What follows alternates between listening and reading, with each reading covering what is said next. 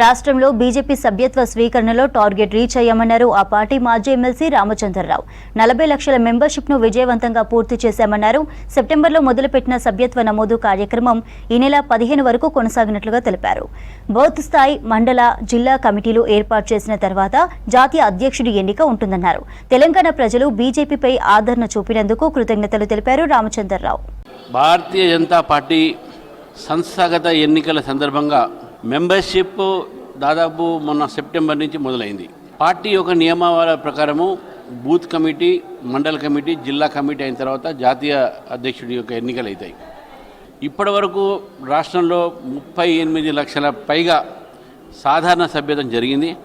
ఇది ఇంకా కొద్దిగా పెరిగే అవకాశాలు కూడా ఉన్నాయి. అదేవిధంగా 45 నుంచి 50 వేల దాకా యాక్టివ్ మెంబర్షిప్. ఈ యాక్టివ్ మెంబర్షిప్ అందరూ కూడా పదవీకారులు అవుతారు. వాళ్ళకే పదవులు ఇవ్వడం జరుగుతుంది.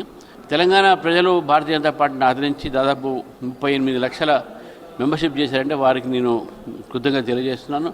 మాకు 40 లక్షల టార్గెట్ ఉండే, 40 లక్షల దాకా మేము చేరుకుంటున్నాము. సో కాబట్టి దానికి 40 లక్షలు చేయడం, మేము 40 లక్షల టార్గెట్ చేరుకున్నాము. ఈ యొక్క 40 లక్షల టార్గెట్లో ఈరోజు అన్ని వర్గాలని, దాదాపు ఎస్సీలని, ఎస్టీలని, మహిళల్ని, ఓబీసీలని, యువతని, అది అందరినీ కూడా మేము దీంట్లో ఇన్వాల్వ్ చేయడం జరిగింది.